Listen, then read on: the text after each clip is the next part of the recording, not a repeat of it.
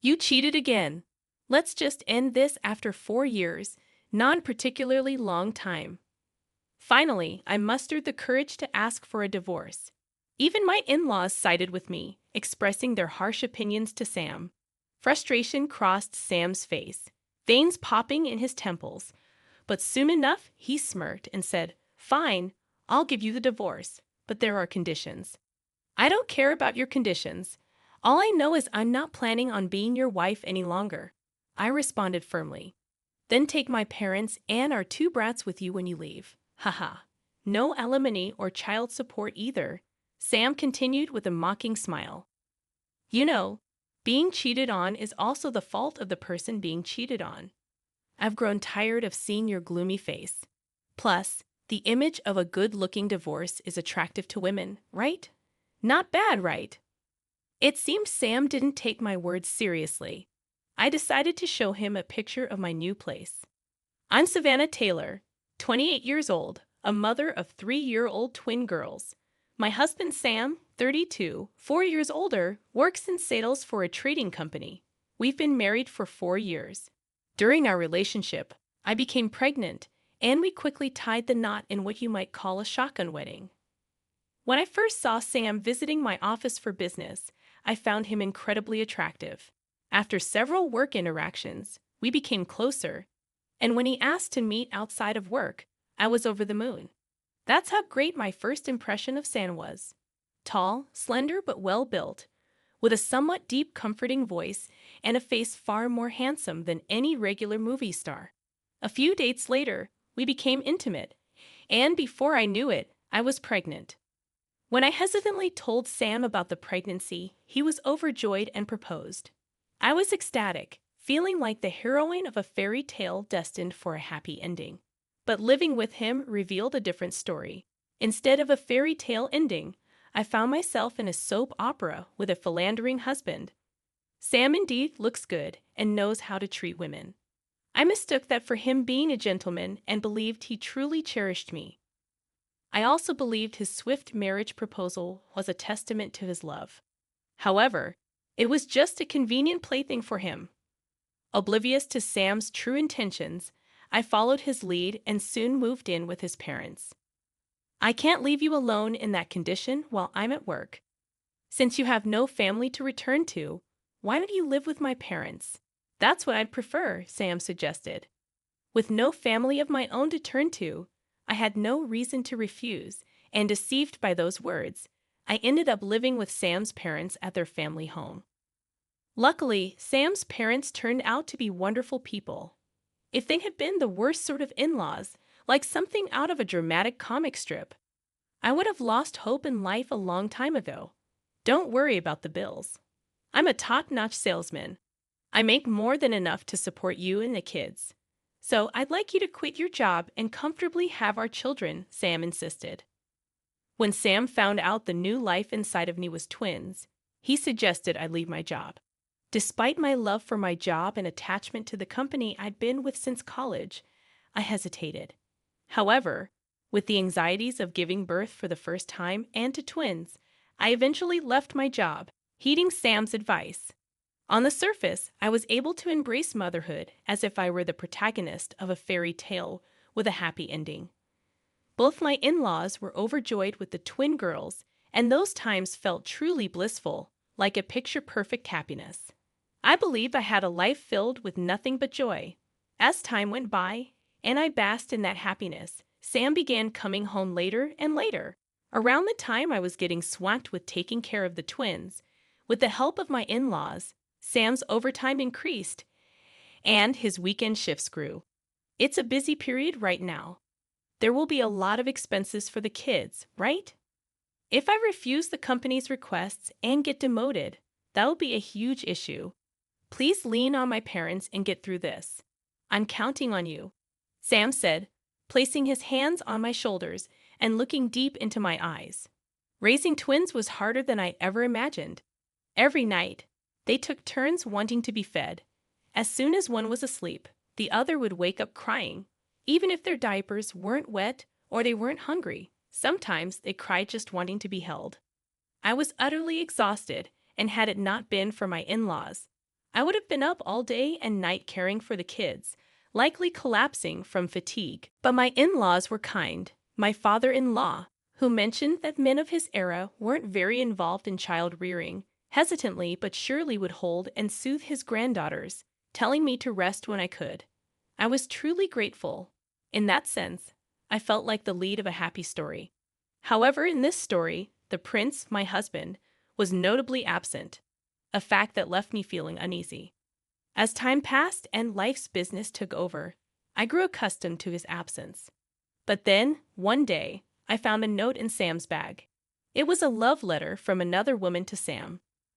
The note fervently described how wonderful the times they spent together were and how deeply she loved Sam. "What's this about?"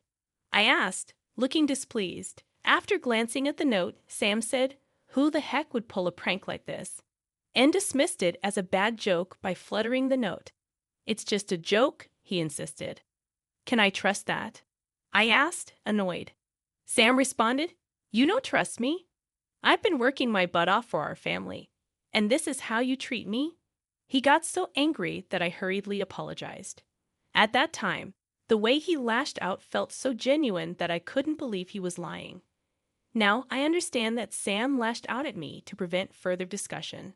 But back then, I was scared of angering him and being disliked, since I still believed in him. One day, my in-laws noticed something was off about me. They approached and asked if something was bothering me, and I couldn't hold back any longer. I spilled everything. The moment they heard it, their faces turned pale, and they both apologized profusely. "Savannah, we're so sorry." It might be true. Ha! The truth my in-laws shared with me was shocking. Given his good looks, Sam had always been a ladies' man since high school, often juggling multiple relationships with different girls simultaneously, as if it was the normal thing. Girls like that would often show up at his house, and sometimes they'd even start fighting right in front of him. However, none of these relationships lasted long. My in-laws thought that Sam might just keep playing around and never settle down to get married. When he brought you, Savannah, and told us you were expecting a child, we were over the moon. We thought he had finally settled down. I felt my heart grow cold. I decided to leave my kids with my in-laws and have a serious talk with Sam. Of course, I want to trust you, but there are so many things that just don't add up. For instance, on days he said he had to work on weekends, there were credit card charges from an amusement park. Or when he came home late, claiming it was overtime, he smelled of fresh soap. Looking at it calmly, there were just too many inconsistencies. When I pointed these out and asked for the truth, Sam burst into laughter and said, "You should have just ignored it. If you didn't know, you'd still be happy." I felt like the blood drained from my face. "You're the only one I'm married to. Isn't that enough? Can't you just be satisfied with that?" How was I supposed to answer such a question? Perhaps having said it aloud, Sam, like a dam breaking, began to spill all his true feelings. The reason he married was so that any new girlfriend would know, and thus wouldn't press him for marriage. He probably thought I was easy to manipulate because I had no parents or relatives. Once he made me quit my job, I'd lose my financial independence and would have to listen to whatever he said. I fell right into Sam's trap. Just a convenient woman for him. So, if you don't want a divorce, don't complain from now on. Got it? I couldn't say a word. I just hung my head in front of Sam's loud laughter. It hurt. After that, Sam didn't hide anything he was doing to me and my in-laws. He just said, "If you have complaints, leave." My in-laws seemed to want to believe in their son, but by this point, Sam had become so uncontrollable that it seemed impossible to rein him in. I'd almost gave up. Like Sam said, with twins and no job, I had no way to make a living. I thought about suing Sam for infidelity, but considering the hassle, effort, and money, I just couldn't. If I just let Sam have his way, I could at least survive. Maybe I should pretend everything's fine and deceive myself that he's a good husband. But it was my in-laws who changed my mind. My in-laws made me an offer, and I accepted it. From that day, with the help of my in-laws, I worked hard for 3 years. Another affair. I want a divorce now. After only 4 years of marriage, I finally asked for a divorce. My in-laws sided with me and confronted Sam. Sam seemed irritated, but then smirked and said, "Fine, I'll give you the divorce, but there's a condition. I'll meet any condition. I just don't want to be married to you anymore." I responded, handing him the filled-out divorce papers. Sam seemed surprised. "Then take my parents and the 2 brats and get out. No alimony or child support." Haha. Sam continued with a sarcastic smirk. "Being cheated on, the victim is to blame too. I'm tired of seeing your pitiful face. Besides, a handsome divorced man is attractive to women, right? Not too shabby." It seemed Sam still didn't take my words seriously. He probably thinks I'm just going to sit back and do as I'm told. Sam took his time signing the divorce papers, showing off to me. Then, like a boomerang, he tossed them at my feet. I calmly picked them up and checked. They were properly filled out. "If you're going to side with that woman, then you can get lost with her," Sam smugly said, even to his own parents. Is that really how a father should act? My father-in-law quivered as he responded, "You know, I could have kids any time I want. I don't need them. I won't miss anything without them." Sam spewed those unbelievable words. "Savannah, I'm so sorry. We raised such a person. It's our fault," my mother-in-law said, tears in her eyes, looking sincerely apologetic. "It's best to just end it now and leave." Sam watched us discuss this, looking rather entertained. The next day, while Sam was at work, I left the house with the kids and my in-laws. I also filed the divorce papers. Everything went as planned. Sam, who rarely came home, hadn't noticed, but nearly everything was gone from the rooms except his bedroom. When he did come home, he only showed his face to the neighbors, probably to avoid gossip. I guess he didn't care how the house looked. We had already secured a new place and were gradually moving our stuff there. On the day of executing the plan, I had tidied up enough so that Sam wouldn't notice. What was left were just old furniture and junk, things we wouldn't really miss. There was no word from Sam the next day either. He might not have believed that we really left, or perhaps he thought it was just some kind of punishment. Well, either way, he's someone I no longer have any ties to. I don't plan on caring about him anymore. The call from Sam came a week later. "Hey, where are you? Why is the house empty?" Sam seemed to have finally noticed that almost everything was gone. I don't know what he thinks about us being gone, but he was definitely angry about the missing items and called my cell. "Well, I took what I needed and I got rid of what I didn't. I left everything you need for your daily life, though." Yes, I left enough for Sam to live, dishes, basic necessities like shampoo and body wash for bathing towels, and since a place to sleep is essential, the double bed we used to share remains untouched. Though for a while now, I've been sleeping in the living room with the kids on the sofa. I also left Sam's clothes, some keepsakes, and some non-perishable food like instant noodles in cardboard boxes. With that much, he can probably live on his own for a while. We were a couple once. I've given him at least that much courtesy. What about the TV and appliances? Sam continued questioning. "I brought everything necessary for living. Don't mess with me. I bought those with the money I earned. That's true. Sam never let me work, stripping me of financial freedom, but he made sure to give me just enough money so it didn't look bad. Well, whether or not he'd use them again is unknown, right? So I brought them. I sold some things we didn't need, though." "What do you mean, that house?" "My father-in-law sold it, so you're going to have to move out soon, too." "What?" Sam yelled so loudly that it seemed like he might break his phone. I patiently explained to Sam the house we lived in. It was still under my father-in-law's name, so I was able to sell it without consulting Sam. "That's why you better start looking for a new place soon. Notice how I packed your things neatly to make moving easier." "You've got to be kidding me," Sam explained. "I'm not joking. I have been planning this day with my in-laws. Oh, by the way, expect a call from a lawyer soon for alimony and child support." "I told you I'm not going to pay that, and you agreed. I remember you saying that." "But I never agreed, did I?" "Right. I did say anything would be acceptable, but I never agreed to any terms. Also, I'm claiming settlement from all your affair partners. You're out of your mind. I ain't paying that. If you don't want to pay, that's fine. We'll just take it to court, and you can follow the court's orders. By now, Sam seemed to realize I was serious. 3 years ago, when Sam admitted everything and no longer hid his affairs, thinking we would just go along with it, my in-laws made this suggestion. Savannah, find a job. We'll take care of the kids, and once you're able to stand on your own, leave Sam and live with the children. My in-laws told me they'd give me time.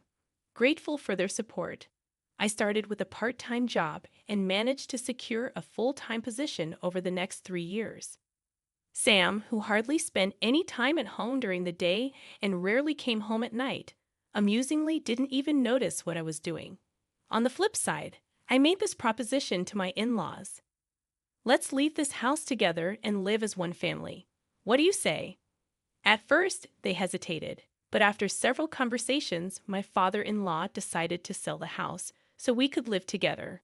From there, we started to piece together a more detailed plan. Sell the house, use the money to buy a new one, and move in together. Me, the kids, and my in-laws. Sam was earning a decent salary, and I intended to claim alimony and child support without any hesitation. Of course, I knew Sam would refuse, but I had tons of evidence. Over those 3 years, I've been collecting proof. I don't know if you're aware, but I can claim emotional damages from infidelity. I sent claims to all of the individuals you've been involved with since we got married. It's a hefty amount. On the other end of the line, Sam was silent, listening to my words.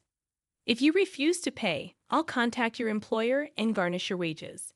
If you don't want that, then you better pay up. Oh, and be sure to let me know where you move. Otherwise, I'll have to contact your workplace. Sam didn't respond. Perhaps he was stunned. Well, whether I get a reply or not, I intend to get what's owed to me. Suddenly, I heard Sam's voice. What? Why don't we give it another shot? Excuse me? I was taken aback by the sudden suggestion. Come on, it'll be good, right? He continued in a sweet voice. We're still married, ain't we? Don't be so cold, come on. Seems like Sam thinks he can win me over with sweet talk. I'm sorry, but we're not married anymore. I've already filed for divorce. Why don't we just get remarried then? Sam said without hesitation. It's better for the kids to have both parents together, right? Doesn't he remember saying that he could have as many kids as he wanted? Absolutely ridiculous. I'm sorry, but those kids are mine alone. Why don't you just have new kids with someone else? With that, I hung up the phone. Later on, I received numerous contacts from the women Sam cheated with after my lawyer sent them notices. Some were married, and those were keen to pay up so their husbands wouldn't find out. Each woman paid surprisingly easily. It pays off to hire a lawyer experienced in infidelity and divorce cases. There were just so many of them. I didn't ask for a large sum from each of them, but altogether, it amounted to enough to comfortably put my kids through college. Sam tried to reach out several times, but he was always trying to win me back. Respond to the lawyer's notice first instead of this. Don't be so cold. Come on, he pleaded desperately, trying to get through to me. Then, out of the blue, he said, Hey, where are you living now? Don't you want to come back? You still can, you know. Just make up your mind and come back. Don't worry about it. I sent him a photo of where I live now, just enough to give an idea of the place, but not revealing the exact location. Is this your new place? Sam was left speechless when he saw the photo. Indeed, the place I'm living in now is what you'd call a high-rise condo. From the glimpse of the blue sky through the room's window, he seemed to guess that I was on a pretty upper floor. Please let me live with you there. No way. With one firm response, I told him, from now on, communicate through the lawyer. Please don't contact me directly anymore. I blocked Sam and got myself a new phone. He shouldn't be able to contact me directly anymore. According to the lawyer, Sam desperately tried to contact me, but of course, the lawyer turned him down for me. Then, when the lawyer sternly demanded alimony and child support payments, warning that if he didn't pay, his wages would be garnished at his company, Sam finally gave in and agreed to pay. Not wanting to deal with him for years, I hadn't paid both in one lump sum. Whether he took out a loan somewhere or had been secretly saving up, I don't know, but I got what was owed to me. So I don't really care either way. Now, right now, I'm working after leaving my kids with my in-laws. Honestly, I've had enough alimony that I wouldn't have to work. But you never know what's going to happen in life. It's always best to have a steady job. Plus, I want to stay connected to society by working. It's the same sales job I had before marriage. I love interacting with people, so I enjoy my work every day. There was a time when Sam told me to quit, and I was just taking care of the kids, feeling isolated from the outside world. Of course, my in-laws were good to me, but still, it feels like people need to be connected to society. While my marriage felt like a descent from heaven to hell, I have to thank Sam for giving me two lovely daughters and the chance to call someone my parents again. Speaking of Sam, after I took legal action, he was blamed by women and even confronted at his company. He ended up exposing all his misdeeds. There, he was demoted and transferred from the main office to a smaller branch, let's say in Nebraska. There were women there who seemed attracted to Sam because of his good looks, but of course, rumors of his debts due to the alimony and child support reached them, so nobody seems to be getting close to him now. Either way, he's no longer my concern. I cherish my current family and am moving towards a bright future. I'm truly living the happiest days of my life.